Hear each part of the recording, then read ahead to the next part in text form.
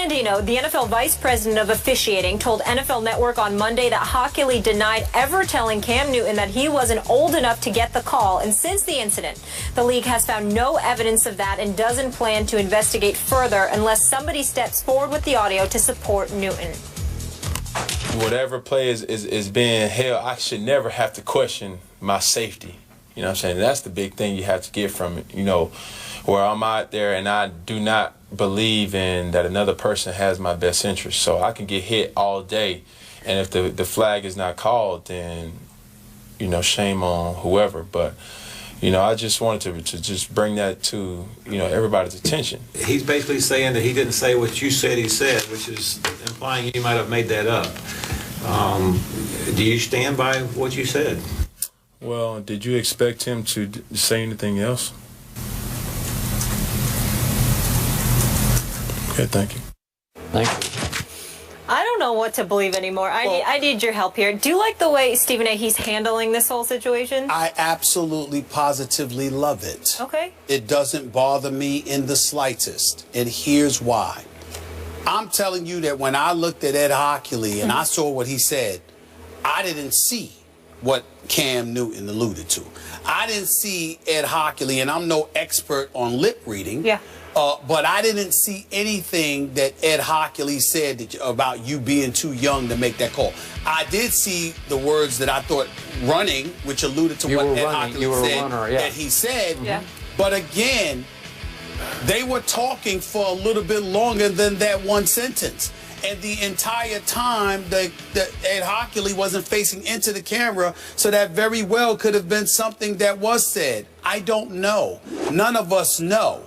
But if you are Cam Newton and you believe that that's what that man said to you, you should not backtrack one bit. And what I love about Cam Chancellor is not Cam Newton is not just, you know, how he's handled it in terms of what he's saying. I love his demeanor. I love the fact that he's sitting there like, you know what? What do you expect him to say?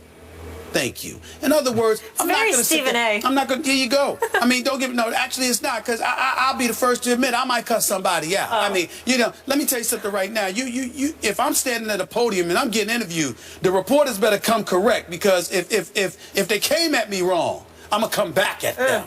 If I choose to, when I get in the mood. You wouldn't cuss them out. I would on microphone, like in front of I wouldn't cuss, like use profanity. This is Mickey. It's a happy place. It would feel like I was cussing them out by the time I got through.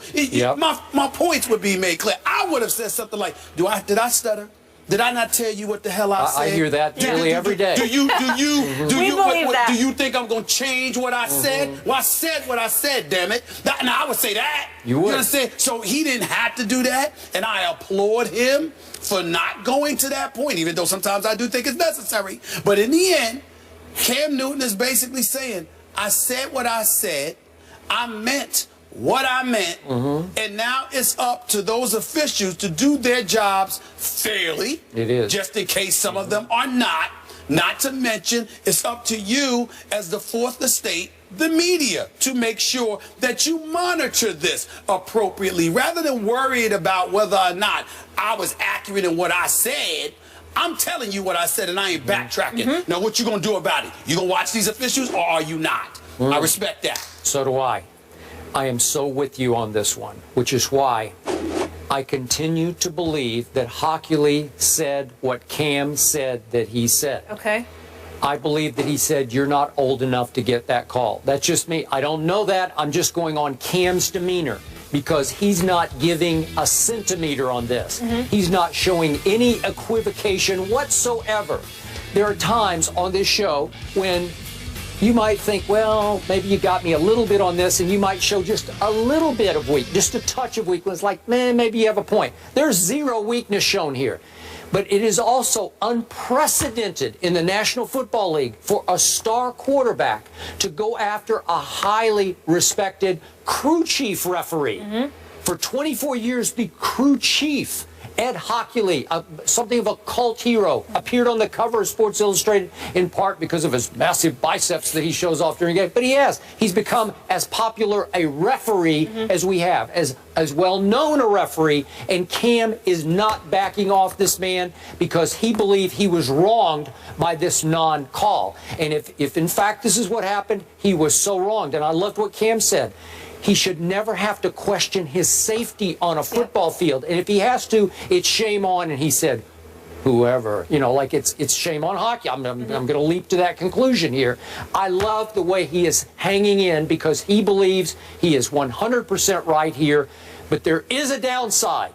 The risk here is that the other referees who know or like Ed Hockley are going to say, boy, Cam, you are breaking the rules here. The unwritten rules of football, that what is said on this field stays on this field. So he might not get some other calls in the future. So instead of player-on-player retaliation that we were alluding to when it came to baseball, now we're worried about official retaliation against and the players. Retaliation would come on non-calls. It wouldn't be on calls. Right. It would be on, I'm going to keep my flag in my pocket. But the flip side to that is twofold.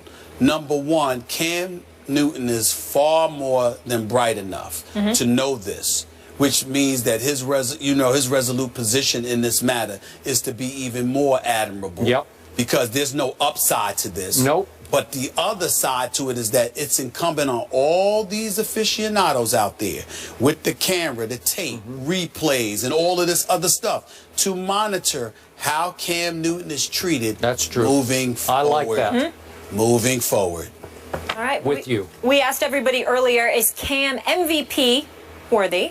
And 58.1% of you said yes. Wow. It's high. Yep. Coming up, JB Smoove has spoken and has some interesting comments about our program, First Take. Oh, can't wait for this.